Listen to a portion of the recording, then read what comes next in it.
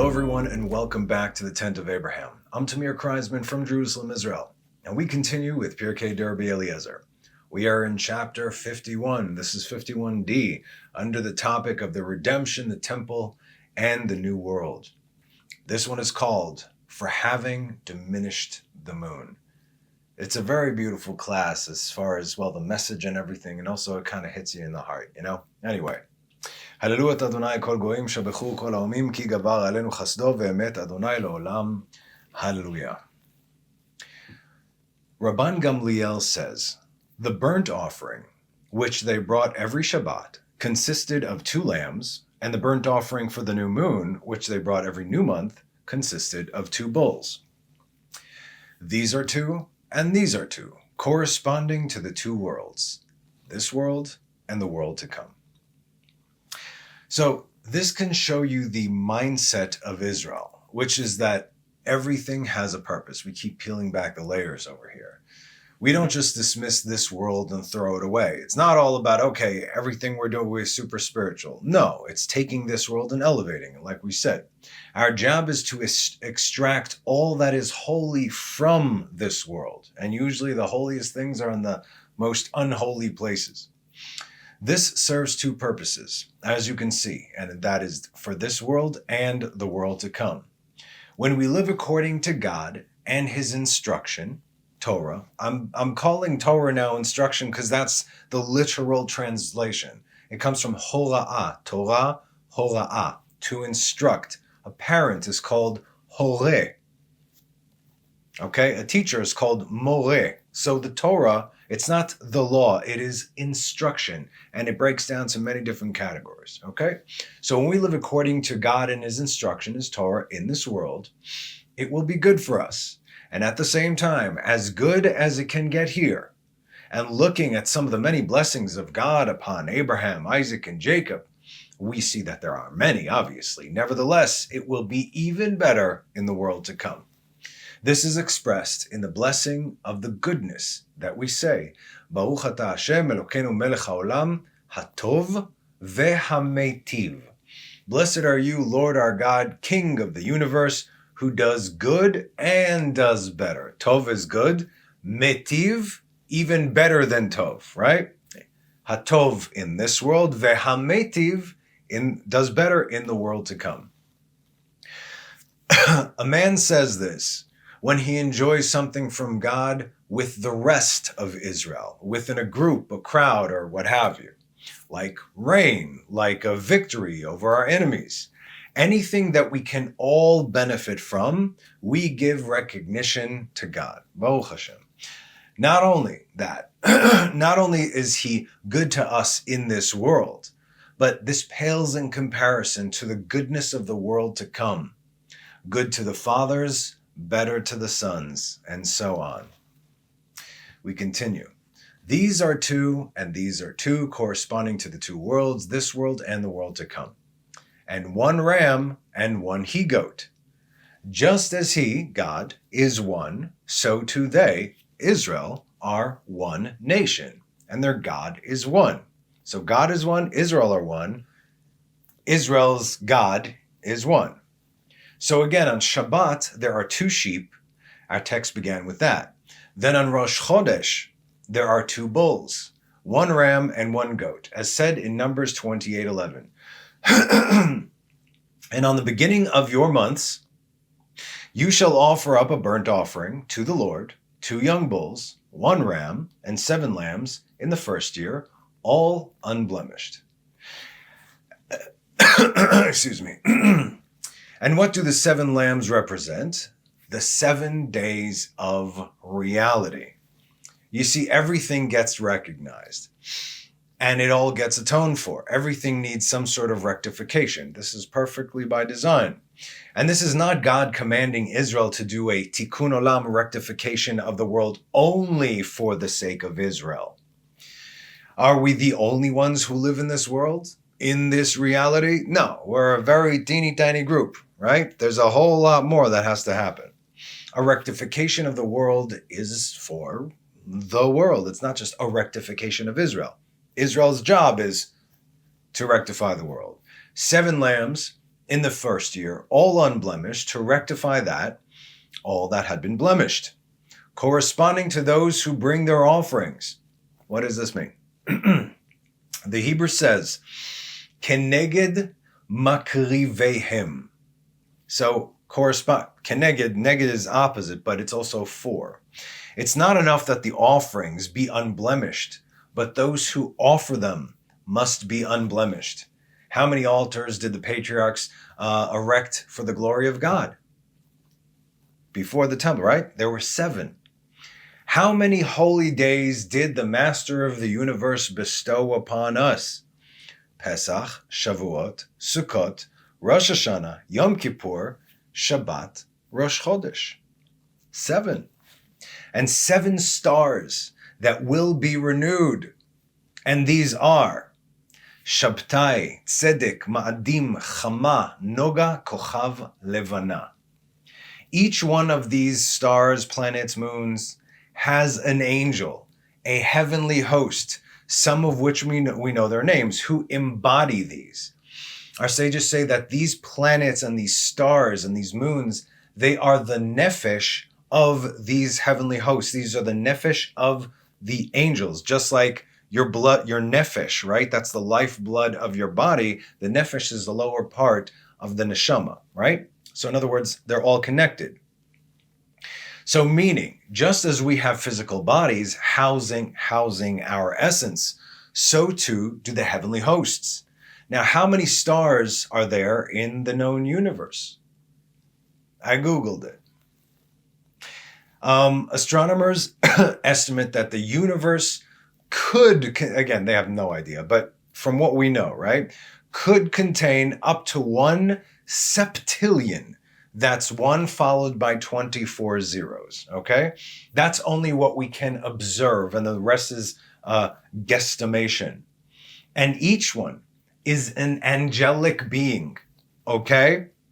Each one has a name, and each one has a purpose, and God knows them all. We look up, we're like, oh, they're so pretty. It goes way beyond that.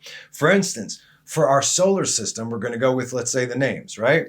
Mars, the angel, is the Samech Mem, aka Satan. That's Mars. The sun, Chama, is Raphael. We can also understand from this in Malachi 3:20. And this Raphael, Rofe is doctor, physician, he who heals, right? And the Son of Mercy shall rise with healing in its wings for you who fear my name. Then will you go forth and be fat as fatted calves. Or when Abraham, 3 days after he was circumcised, in the worst pain of the time, he was sitting out in the sun. And when he ran to the 3 angels, the sun is what healed them. You see, and guess what? Who was one of the angels over there? It was Raphael. Okay? All right. So this is just to name a couple. To go even deeper, we have the golden menorah, right? Which God himself crafted from the gold that Moses placed into the fire. It was one of the 2 things that Moshe could not comprehend how this can, like, what's going on over here. So it says that God made him. He put in the fire, and this is how it came out.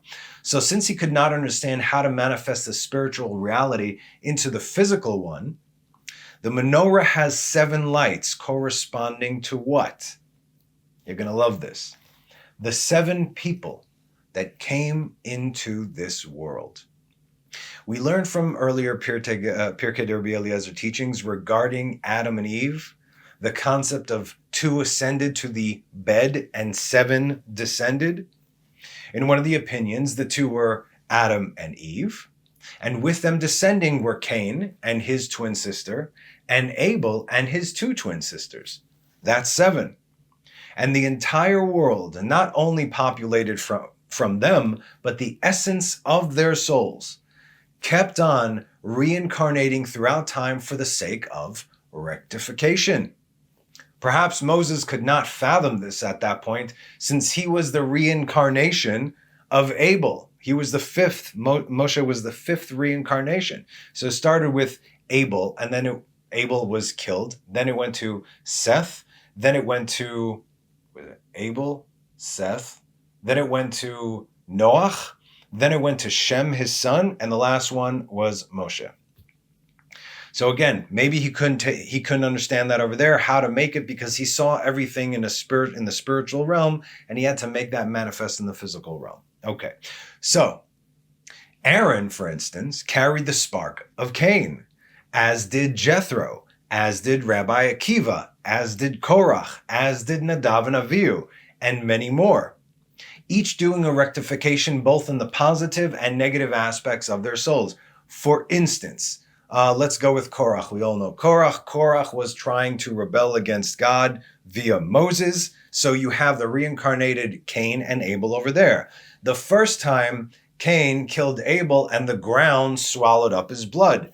Now what happened? The ground opened up its mouth and swallowed Cain while Abel warned everybody to stay away. You see? So that's, let's say, for instance, justice or judgment. How do we do a rectification? Via Jethro. Jethro was Moshe's father-in-law. He showed him kindness. He brought him into his home. You see? Cain gave korbanot. He gave offerings to God. The lowest offerings possible. Now bring in Aaron, bring in Nadav and Avihu, the high priest, and his two number one and number two sons, to give the best offerings to God. Rectification. Rabbi Akiva, the son of two converts, who was a complete kofel.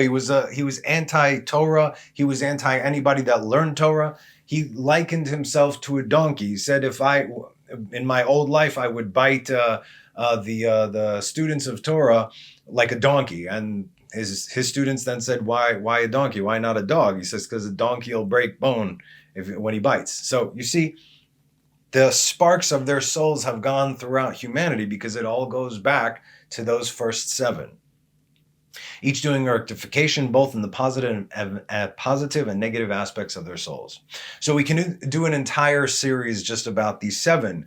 The stars connecting with the seven angels, connecting with the zodiac, connecting with the day and the hour of your birth, like personally, connecting with the menorah, the days, the original man, Adam. Adam is not Adam. Adam is male and female, both created and born. However, due to the highly Kabbalistic nature of this topic and the source material where it comes from, this is not something that I would feel comfortable teaching at all, which is why we are just grazing over it. But I want to give you just a little understanding of how deep the offerings that we are doing, that God commanded us to do, the offerings and the work of the Mishkan and the vessels go. It goes very deep. It goes back to creation, everything. So when we use the term rectification of the world, tikkun olam, it's not by any means limited to our planet, but this world, meaning this reality, is considered a world within itself, and there are many worlds, all of them connected. Let's give a bit more perspective when we read our text corresponding to those who bring their offerings. Now, doesn't it? We understand a little bit more. It's not just, okay, here's an animal. Whoa, how deep does this go? To him who renews them like the new moons, as it is said in Numbers 28:14, this is the burnt offering of each new month in its month throughout the months of the year. In fact, the word for month, that is chodesh, right? The same word for new, chodesh, chadash. Chadash is new, chadash, chodesh. And in its month, bechodsho, as renewal, bechidusho. You see, the month is the new month is the renewal. You see how the names of all creation tell their story, their personality, their deeds, and their purpose? When I read things like this, I just want to say, Baruch Hashem, like it's amazing. It connects all those dots for you. And how humbling is it that he gave it to us, for us. Let's continue. Rabbi Zechariah says, after the new month, what does it say from Numbers 28:15? And one young male goat for a sin offering to the Lord. It shall be offered up in addition to the continual burnt offerings and its libation. Now we're going to expound upon the last class, specifically the two luminaries and the story behind the humbling of the moon. When the Holy One, blessed be He, created this world, He created two great luminaries, as said in Genesis 1:16. And God made the two great luminaries, the great luminary to rule the day, and the lesser luminary to rule the night and the stars. He made one of them larger and one of them smaller. And the moon stiffened its neck, not to do the will of its creator, to be made smaller. So again, it's not only what it says in the sentence, it's also the order. So where it says, and God made two great luminaries, now they are equal. Now there's the diminishing, right? The great luminary to rule the day and the lesser luminary. That's when the event happened.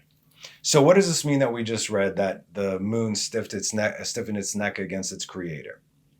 This means there was a negotiation. It's not like, no. Everything is a negotiation. Everything is a conversation. And not a willful defiance, as you may be thinking when you hear the term stiff neck. Okay? So, here's the conversation and the negotiation from Masechet Chulin 60b. This is one of the many places it's written. It is written, and God made the two great lights. Genesis 1:16.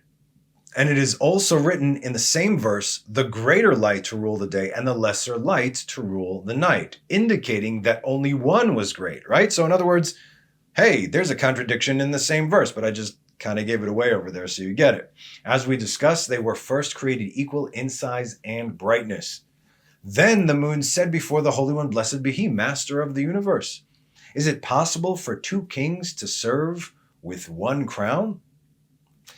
God therefore said to her, i.e. the moon, if so, diminish yourself. She said before him, master of the universe. So, and again, sun, male, moon, female, right? The male and female, they're all one, but there was a separation. So this is how they were created. So the moon said, one crown, two kings, how could this be? Go diminish yourself. And so she said before him, Master of the Universe, since I said a correct observation before you, must I diminish yourself? God's like, yeah, you're right. The two of you cannot have one crown. Go diminish yourself.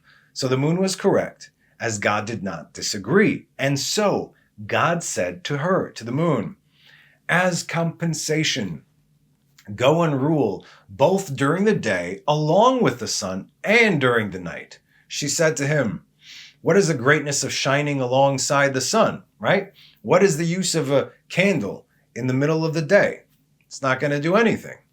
God said to her, go, let Israel count the days of the years with you, and this will be your greatness. She said to him, but Israel will consider the sun as well, as it is impossible that they will not count seasons with it, as it is written, and let them be for signs and for seasons and for days and for years. Genesis 1:14. God said to her, go, let the righteous men be named after you. Just as you are called the lesser, hakatan, katan is the lesser, the smaller one, you are called the lesser light, hakatan, there will be Yaakov hakatan, i.e. Jacob, our forefather. What? You want to be named after Jacob, or that Jacob and you share the same name? That because Jacob, Israel, shares the name with God. See Amos 7:2. And it came to pass when it finished eating the grass of the earth that I said, O Lord, forgive now. Who shall rise with Jacob, for he is small?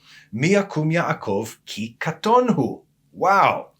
Shmuel hakatan, the Tana, and David, King David, Melech HaMashiach, hakatan. See 1 Samuel 17:14. And David was the youngest, and the three eldest followed Saul. V'David hu hakatan. Wow. You lose this in the English, right? God saw that the moon was not comforted. The Holy One, blessed be he, said, bring atonement for me, since I diminished the moon. Do you see this? The Gemara notes, and this is what Rabbi Shimon ben Lakish said. Rish Lakish would give a class about him over here. Gladiator turned rabbi. What is different about the goat offering of the new moon that it is stated with regard to it for the Lord from Numbers 28:15? So let's read 14 and 15. And their libations, a half of a hin for each bull, a third of a hin for each ram, a quarter of a hin for each lamb wine, This is the burnt offering of each new month in its month throughout the months of the year, and one young male goat for a sin offering to the Lord. It shall be offered up in addition to the continual burnt offerings and its libations. So you have an extra offering over there. The Holy One, blessed be he, said, this goat shall be an atonement for me for having diminished the moon. Wow. Everything that Israel does is for the rectification and the renewal of the world. Have we taken the responsibility to do a rectification for the moon? What does this have to do with us? God put this on us. Okay, because I did that, don't worry. Israel will take care of you. Did the moon even do anything wrong, pointing out the obvious, which God did not contest? If we think about these things as a regular person living in this world, what is regular today, right? Uninformed person living in this world, somebody doesn't learn Torah, okay. None of these would make sense at all. What are you talking about right now? Which is why God gave this job to Israel, because we live by different rules. We have our instruction. We take responsibility for all of creation because we, Israel, exclusively carry the title of man, Adam, going back to that rectification, as said in Ezekiel 34, regarding the end of days. And they will no longer be a prey to the nations, and the beasts of the earth will not devour them, and they will dwell securely with no one frightening them. And I shall establish for them a plantation for renown, and they will no longer be hidden because of hunger in the land, and they will no longer bear the disgrace of the nations. And they will know that I, the Lord their God, am with them, and they are my people, the house of Israel, says the Lord God. And you are my flock, the flocks of my pasture. You are Adam. I know it'll say in your English translation, you are man. No. Adam atem. You are Adam. I am your God, says the Lord. So if Israel is Adam, who are the rest of the nations? Not Adam. Just remember that. Adam was responsible for this state of the world, and Israel are responsible to pick up the pieces. Something cannot be renewed unless it's either run its course or its fullness. We either get to the end of time or space or both, as we can read in the end of Isaiah 60. 18 will start. Violence shall no longer be heard in your land. Lo yishama od Hamas ba'altecha. No more Hamas in your land. We're waiting for that, right? They're dragging their feet.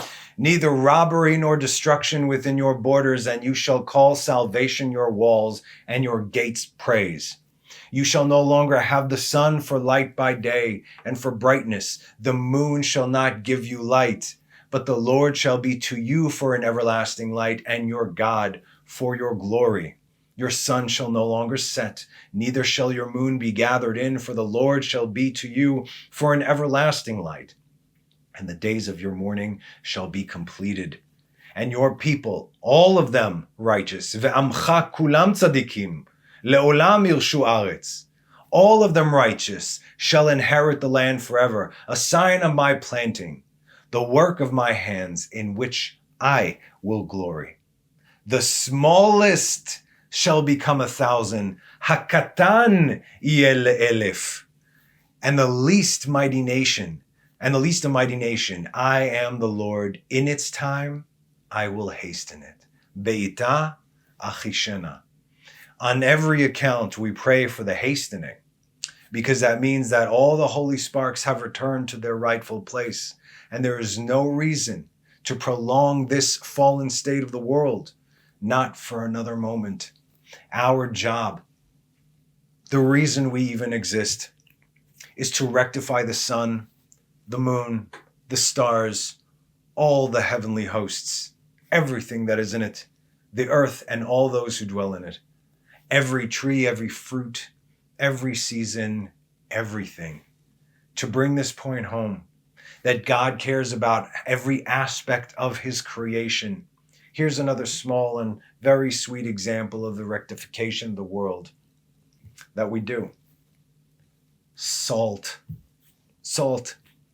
A man's table at home is likened to the altar at the temple, always having salt on it when giving offerings or breaking bread, thereby elevating the nephesh of the animals and food that we consume.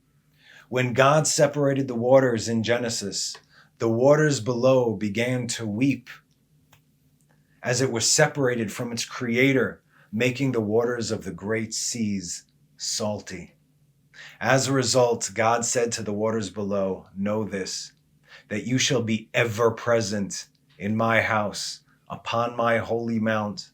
Within every offering that is being elevated to me, you shall rise with it and return to me.